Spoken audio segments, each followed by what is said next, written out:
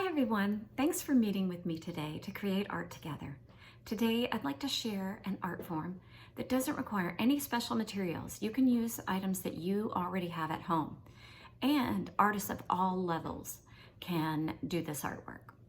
You've probably already seen some coloring books that have those black and white images with these patterns inside it. They're really popular right now, and I'm going to show you how you can create some of these just by yourself, okay? I'm loosely following the guidelines that were from a couple who developed this art form that they call Zentangle. Here's a book that's been put out with a lot of instructions regarding that, and you can also go to the website. It's zentangle.com. You can find out more about the art form, more about their guidelines and who they are. Their names are Rick Roberts and Maria Thomas, and they just found that it was very meditative and relaxing, and that artists of all ages could have success doing this art form. They have certified Zentangle teachers, which I am not one of those. So I'm going to just try to teach you what and shared with you what I've learned, but you can go to their website to find a Zentangle teacher that is near you. All right, you're going to need a few items, and they should be things you already have at home. You'll need some white paper or cardstock, a pencil, and a thin, fine-tipped marker. You may also want to get some a placemat, an old placemat, or some newspaper, or I've got some black construction paper that I'm going to set down and put my white paper on top of it, and that way my marker won't seep through. So go gather your materials, and then let's get started. All right.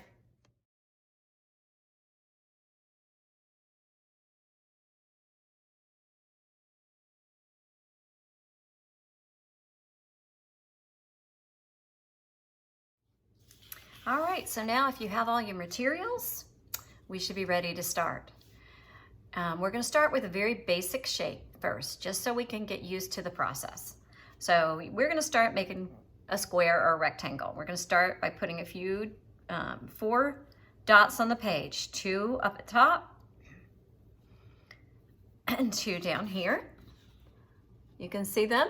It's not a big area, so we're going to start small. Then we're going to just connect the dots. We're not worried about keeping them or the line being perfectly straight. We're just connecting the dots.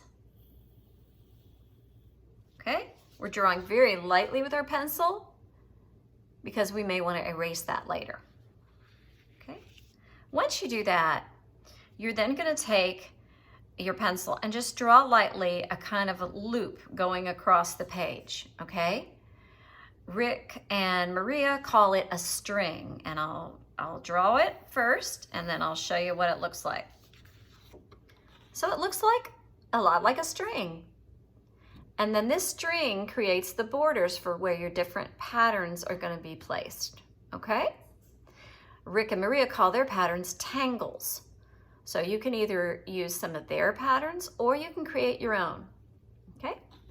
I'm going to start with one of their patterns called, or one of their tangles called Scoodle. It's just a simple little swirl, okay?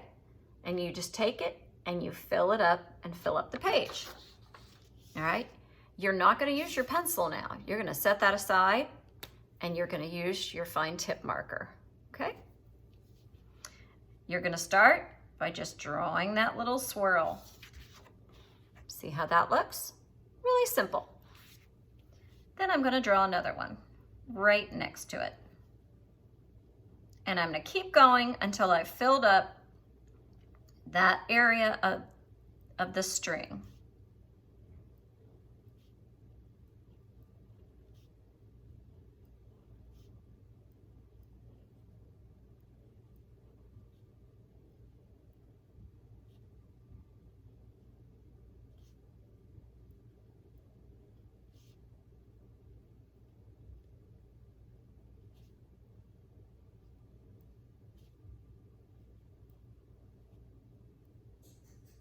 Doesn't have to be perfect. They don't all have to look exactly the same.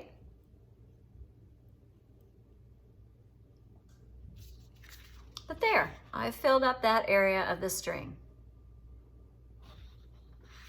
And that's the Scoodle Tangle. Now I'm going to try this one called Knightsbridge. You start with just some wavy lines and then cross it with some more wavy lines. Then you put a dot in the center everywhere those lines intersect. Okay? So I'm going to do it right over here, I think. And I'm just going to do wavy lines that kind of follow each other. Here's the first step, and then I'm going to cross them.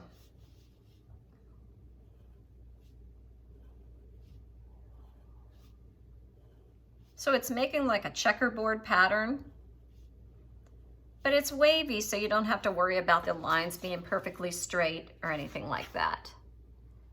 Okay, you could leave it just like that, or you could then decide to fill in every other check mark or every other thing that would make it look a lot like a checkerboard.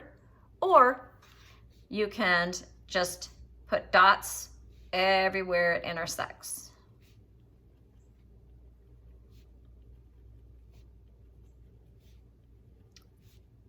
This tangle is called Knightsbridge.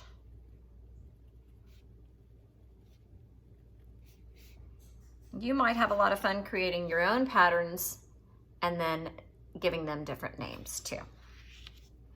Okay. The next one is one that makes me think a lot of a lightning bolt. They call it static. And you're just going to do some zigzag patterns. So zigzag on the page like that. And then you just follow the zigzag throughout the page or throughout that area.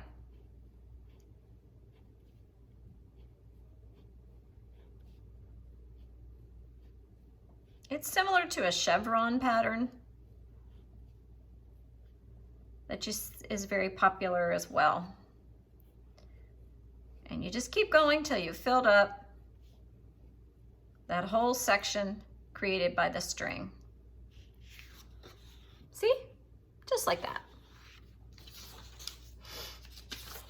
Then another one is called the crescent moon. You start by just drawing these little bumps, and you have bumps go around the border of that whole area that you're working in, okay? So we're gonna start there. I'm filling up this area right here with that, okay? So I'm just doing these little bumps. They look like little hills. And I'm going around. I'm not worried if one is a little bit bigger than the other one. It doesn't need to be perfect. Once I have that, I'm gonna then draw in another little half circle and color it in.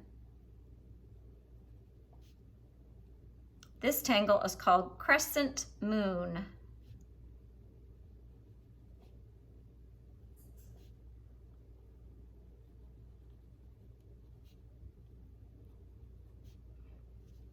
I'm just going around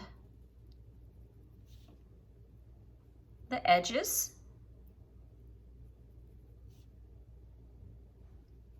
But it's very relaxing. Sometimes you might want to put on some nice light music, or maybe if you're doing it with a family member, y'all can just be chatting. All right, so here it is here. The next step is you're going to take it and you're just going to outline those little bumps.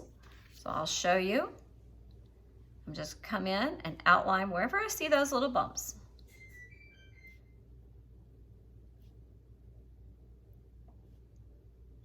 Whoops.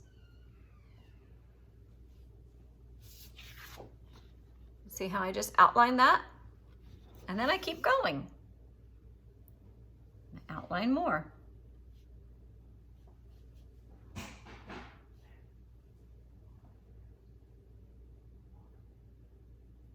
And I like to fill in that little center piece.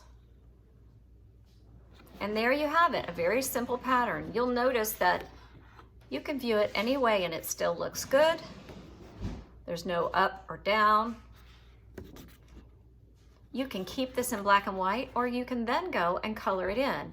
I would just recommend that when you color it in, you use lighter colors so you don't lose all your nice black and white pen and ink work.